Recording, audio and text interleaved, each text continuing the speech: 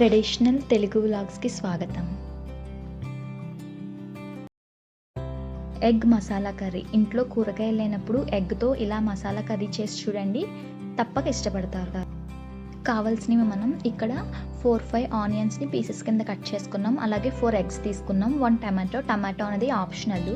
అలాగే జీలకర్ర, చిటికెడు జీలకర్ర, ఎండుమిర్చి, అల్లం వెల్లుల్లి, 2-3 పచ్చిమిర్చి, కరివేపాకు తీసుకున్నాం. ఇప్పుడు ఇందులో చిన్న అల్లం ముక్క, అలాగే 4-5 రెబ్బల వెల్లుల్లిని గ్రైండ్ చేసుకోవాలి. ఇది గ్రైండ్ అయింది కదా. ఇప్పుడు ఇందులోనే మనం ముందుగా కట్ చేసి పెట్టుకున్న ఆనియన్ పీసెస్ ఉంది కదా, దాన్ని కూడా వేసుకుని ఇందులోనే 1 టమాటా పీసెస్ కూడా ఉన్నాయి కదా, అది కూడా యాడ్ చేసుకుని దీన్ని బాగా గ్రైండ్ చేసుకోవాలి. కచ్చా పిచ్చా కింద గ్రైండ్ చేసుకోవాలి, బాగుంటుంది. ఇప్పుడు ఇందులోనే చిటికెడు పసుపు, అలాగే 1 టేబుల్ స్పూన్ సాల్ట్ యాడ్ చేసుకుంటున్నాం.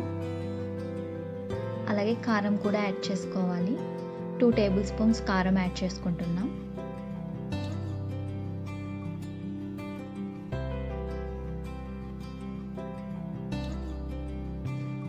ఇప్పుడు 1/2 table spoon garam masala powder add చేసుకోవాలి. యాడ్ చేసుకుని దీన్ని బాగా మిక్స్ చేసుకోవాలి.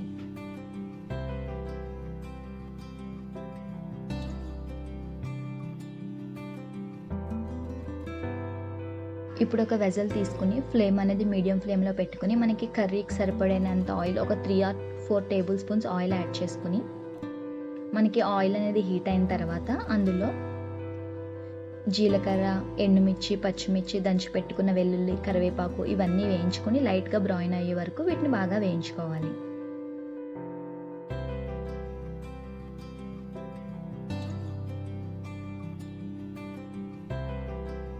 అన్నీ కొంచెం ఫ్రై అయిన తర్వాత మనం ముందుగా గ్రైండ్ చేసి పెట్టుకున్న ఆనియన్ పేస్ట్ ఉంది కదా, దాన్ని కూడా యాడ్ చేసుకుని దీన్ని బాగా మగ్గనివ్వాలి. లో ఫ్లేమ్లో పెట్టుకుని 8 to 10 minutes మనకి ఉల్లిపాయ అంతా మగ్గే వరకు దీన్ని బాగా మగ్గనివ్వాలి.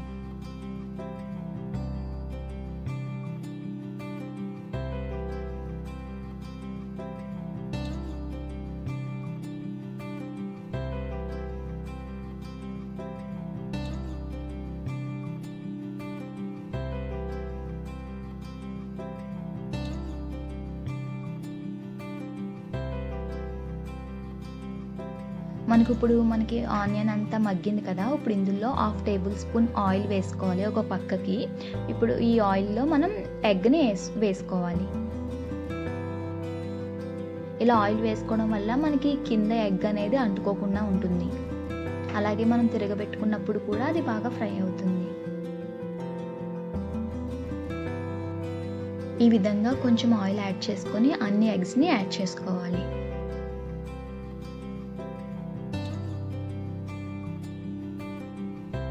ఈ విధంగా సైడ్స్న మనం అన్ని ఎగ్స్ని యాడ్ చేసుకోవాలి. ఈ కర్రీ ప్రిపేర్ చేసుకోవడానికి మనకి వెడల్పు దాకా తీసుకోవాలి. ఎందుకంటే ఏ ఎగ్కి ఆ ఎగ్ విడిగా తీసుకోవడానికి సేమ్ మనం చేపల కర్రీ ఎలా చేసుకుంటామో అటువంటి గిన్నె అయితే దీనికి బాగుంటుంది.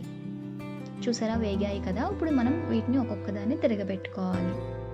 అవి బాగా ఫ్రై అయిన తర్వాత మనకి తిరగబెట్టుకోవడానికి ఈజీగా వస్తాయి.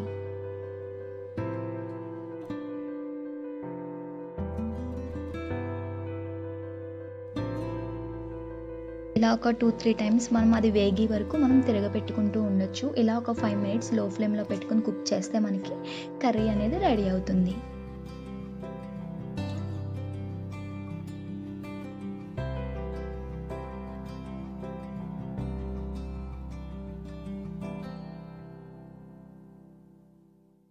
ఇందులోనే కావాలంటే వాటర్, ఒక చిన్న గ్లాస్ వాటర్ కూడా యాడ్ చేసుకోవచ్చు.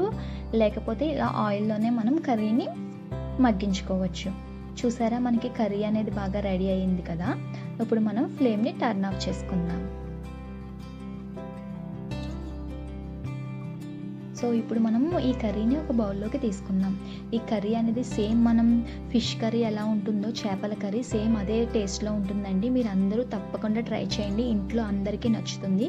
ఈ రెసిపీ కనుక మీరు ట్రై చేస్తే కామెంట్ సెక్షన్ బాక్స్లో కామెంట్ చేయండి. మీరు కనుక మా ఛానల్ని ఫస్ట్ టైం చూస్తున్నట్లయితే ఛానల్ని సబ్స్క్రైబ్ చేయడం మర్చిపోవద్దు. అలాగే పక్కనే ఉన్న బెల్ ఐకాన్ క్లిక్ చేయడం అస్సలు మర్చిపోవద్దు. Thanks for watching.